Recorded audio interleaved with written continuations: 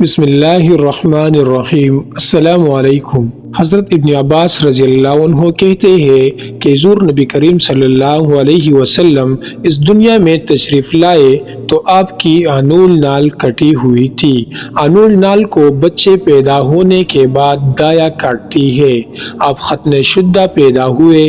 عبد المطلب یہ دیکھ کر بے حد حیران ہوئے اور خوش بھی۔ وہ کہا کرتے تھے میرا بیٹا نرالی شان کا ہوگا۔ آپ کی پیدائش سے پہلے مکہ کے لوگ خشک سالی اور قحط کا شکار تھے، لیکن جون ہی آپ کے دنیا میں تشریف لانے کا وقت قریب آیا، بارشیں شروع ہو گئی، خشک سالی دور ہو گئی، درخت ہرے بھرے ہو گئے اور پلوں سے لد ہو گئے۔ زمین پر سبزہ ہی سبزہ نظر آنے لگا۔ پیدائش کے وقت آپ اپنے ہاتھوں پر جھکے ہوئے تھے، سر آسمان کی طرف تھا۔ ایک روایت کے الفاظ میں ہے کہ گھٹنوں کے بل جھکے ہوئے تھے، مطلب یہ کہ سجدے کسی حالت میں تھے۔ آپ کی مٹھی بند تھی اور شہادت کی انگلی اٹھی ہوئی تھی، جیسا کہ ہم نماز میں اٹھاتے ہیں۔ حضور انور صلی اللہ علیہ وسلم فرماتے ہیں جب میری والدہ نے مجھے جنم دیا تو ان سے ایک نور نکلا، اس نور سے شام کے محلات جگمگا اٹھے۔ آپ علیہ السلام کی والدہ سیدہ آمینہ فرماتی ہے محمد صلی اللہ علیہ وسلم کے پیدائش کے وقت ظاہر ہونے والے نور کی روشنی میں مجھے بصرہ میں چلنے والے اونٹوں کی گردنیں تک نظر آئی۔ علامہ سہلی رحمہ اللہ نے لکھا ہے کہ جب آپ پیدا ہوئے تو آپ نے اللہ کی تعریف کی۔ ایک روایت میں یہ الفاظ آئے ہیں اللہ اکبر کبیرہ والحمدللہ کثیرہ وسبحان اللہ بکرۃ واصیلا۔ اللہ تعالیٰ سب سے بڑا ہے، اللہ تعالیٰ کی بے حد تعریف ہے اور میں صبح و شام اللہ کی پاکی بیان کرتا ہوں۔ آپ کی ولادت کس دن ہوئی اس بات پر سب کا اتفاق ہے کہ وہ پیر کا دن تھا۔ آپ صبح فجر طلوع ہونے کے وقت دنیا میں تشریف لائے۔ تاریخ پیدائش کے سلسلے میں بہت سے اقوال ہیں۔ ایک روایت کے مطابق 12 ربیع الاول کو پیدا ہوئے، ایک روایت کے مطابق 8 ربیع الاول کو، ایک روایت 2 ربیع الاول کو پیدا ہوئے۔ اس سلسلہ میں اور بھی بہت سی روایات ہیں۔ زیادہ تر مورخین کا خیال ہے کہ آپ 8 ربیع الاول کو پیدا ہوئے۔ تقویم کے طریقہ کے حساب سے جب تاریخ نکالی گئی تو 9 ربیع الاول نکلی، مطلب یہ کہ اس بارے میں بالکل صحیح بات کسی کو معلوم نہیں۔ اس پر سب کا اتفاق ہے کہ مہینہ ربیع الاول کا تھا اور دن پیر کا۔ یہ بھی کہا جاتا ہے کہ آپ کو پیر کے دن ہی نبوت ملی، پیر کے روز ہی آپ نے مدینہ منورہ کی طرف ہجرت فرمائی اور پیر کے روز ہی آپ کی وفات ہوئی۔ آپ عام الفیل میں پیدا ہوئے، یعنی ہاتھیوں والے سال میں۔ اس سال کو ہاتھیوں والا سال اس لیے کہا جاتا ہے کہ ابرہہ نے ہاتھیوں کے ساتھ مکہ مکرمہ پر چڑھائی کی تھی۔ آپ کی پیدائش اس واقعہ کے کچھ ہی دن بعد ہوئی تھی۔ واقعہ کچھ اس طرح ہے کہ ابرہہ یمن کا عیسائی حاکم تھا۔ حج کے دنوں میں اس نے دیکھا کہ لوگ بیت اللہ کا حج کرنے جاتے ہیں۔ اس نے اپنے لوگوں سے پوچھا یہ لوگ کہاں جاتے ہیں؟ اسے جواب ملا بیت اللہ کا حج کرنے کے لیے مکہ جاتے ہیں۔ اس نے پوچھا بیت اللہ کس چیز کا بنا ہوا ہے؟ اسے بتایا گیا پتھروں کا ہے۔ اس نے پوچھا اس کا لباس کیا؟ تو بتایا گیا ہمارے ہاتھ سے جو داری دار کپڑا جاتا ہے اس سے اس کی پوشاک تیار کی جاتی ہے۔ ابرہہ عیسائی تھا۔ ساری بات سن کر اس نے کہا مسیح کی قسم میں تم لوگوں کے لیے اس سے اچھا گھر تعمیر کروں گا۔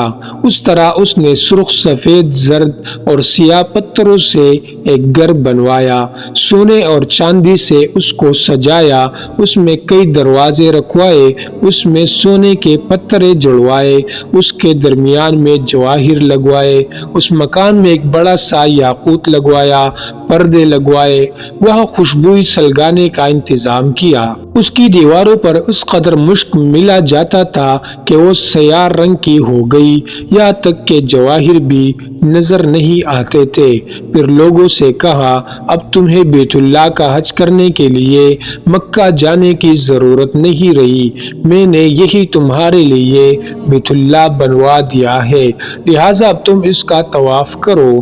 اس طرح کچھ قبائل کئی سال تک اس کا حج کرتے رہے، اس میں اعتکاف کرتے رہے، حج والے مناسک بھی یہی ادا کرتے رہے۔ عرب کے ایک شخص نفیل خشمی سے یہ بات برداشت نہ ہو سکی، وہ اس مصنوعی خانہ کعبہ کے خلاف دل ہی دل میں کڑتا رہا۔ آخر اس نے دل میں ٹان لی کہ وہ ابرہہ کے اس عمارت کو گندا کر کے چھوڑے گا۔ پھر ایک رات اس نے چوری چھپے بہت سی گندگی اس میں ڈال دی۔ ابرہہ کو معلوم ہوا تو سخت غضبناک ہوا، کہنے لگا، یہ کارروائی کسی عرب نے اپنے کعبہ کے لیے کی ہے، میں اسے ڈھا دوں گا، اس کا ایک ایک پتھر توڑ دوں گا۔ اس نے شام و حبشہ کو یہ تفصیلات لکھ دی، اس سے درخواست کی کہ وہ اپنا ہاتھی بیچ دے۔ اس ہاتھی کا نام محمود تھا، یہ اس قدر بڑا تھا کہ اتنا بڑا ہاتھی روئے زمین پر دیکھنے میں نہیں آیا تھا۔ جب ہاتھی اس کے پاس پہنچ گیا تو وہ اپنی فوج لے کر نکلا اور مکہ کا رخ کیا۔ یہ لشکر جب مکہ کے قریب و جوار میں پہنچا تو ابرہہ نے فوج کو حکم دیا کہ ان لوگوں کے جانور لوٹ لیا جائے۔ ان میں عبد المطلب کے اونٹ بھی تھے۔ نفیل بھی اس لشکر میں ابرہہ کے ساتھ موجود تھا اور یہ عبد المطلب کا دوست تھا۔ عبد المطلب اس سے ملے، اونٹوں کے سلسلے میں بات کی۔ نفیل نے ابرہہ سے کہا، قریش کا سردار عبد المطلب ملنا چاہتا ہے، یہ شخص تمام عرب کا سردار ہے، شرف اور بزرگی اسے حاصل ہے، لوگوں میں اس کا بہت بڑا اثر ہے، لوگوں کو اچھے اچھے گھوڑے دیتا ہے، انہیں عطیات دیتا ہے، کھانا کھلاتا ہے۔ یہ گویا عبد المطلب کا تعارف تھا۔ ابرہہ نے انہیں ملاقات کے لیے بلایا۔ ابرہہ نے ان سے پوچھا، بتائیے آپ کیا چاہتے ہیں؟ انہوں نے جواب دیا، میں چاہتا ہوں میرے اونٹ مجھے واپس مل جائے۔ ان کی بات سن کر ابرہہ بہت حیران ہوا۔ اس نے کہا، مجھے تو بتایا گیا تھا کہ آپ عرب کے سردار ہیں، بہت عزت اور بزرگی کے مالک ہیں، لیکن لگتا ہے مجھ سے غلط بیانی کی گئی ہے، کیونکہ میرا خیال تھا آپ مجھ سے بیت اللہ کے بارے میں بات کریں گے، جس کو میں گرانے آیا ہوں اور جس کے ساتھ آپ سب کی عزت وابستہ ہے، لیکن آپ نے تو سرے سے اس کی بات ہی نہیں کی اور اپنے اونٹوں کا رونا لے کر بیٹھ گئے۔ یہ کیا بات ہوئی؟ اس کی بات سن کر عبد المطلب بولے، آپ میرے اونٹ مجھے واپس دے دے، بیت اللہ کے ساتھ جو چاہے کرے، اس لیے کہ اس گھر کا ایک پروردگار ہے، وہ خود ہی اس کی حفاظت کرے گا، مجھے اس کے لیے فکر مند ہونے کی ضرورت نہیں۔ ان کی بات سن کر ابرہہ نے حکم دیا ان کے اونٹ واپس دے دیے جائے۔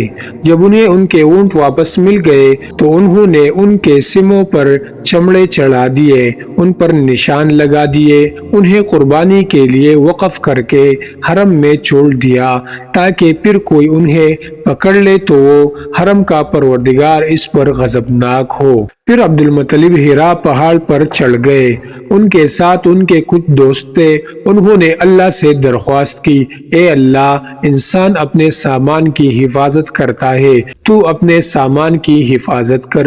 ادھر سے ابرہہ اپنا لشکر لے کر آگے بڑھا، وہ خود ہاتھی پر سوار لشکر کے درمیان موجود تھا۔ ایسے میں اس کے ہاتھی نے آگے بڑھنے سے انکار کر دیا، وہ زمین پر بیٹھ گیا۔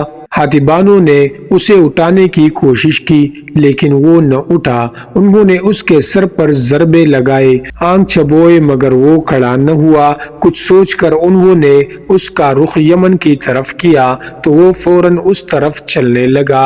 اس کا رخ پھر مکہ کی طرف کیا گیا تو پھر رک گیا۔ ہاتھیبانوں نے یہ تجربہ بار بار کیا۔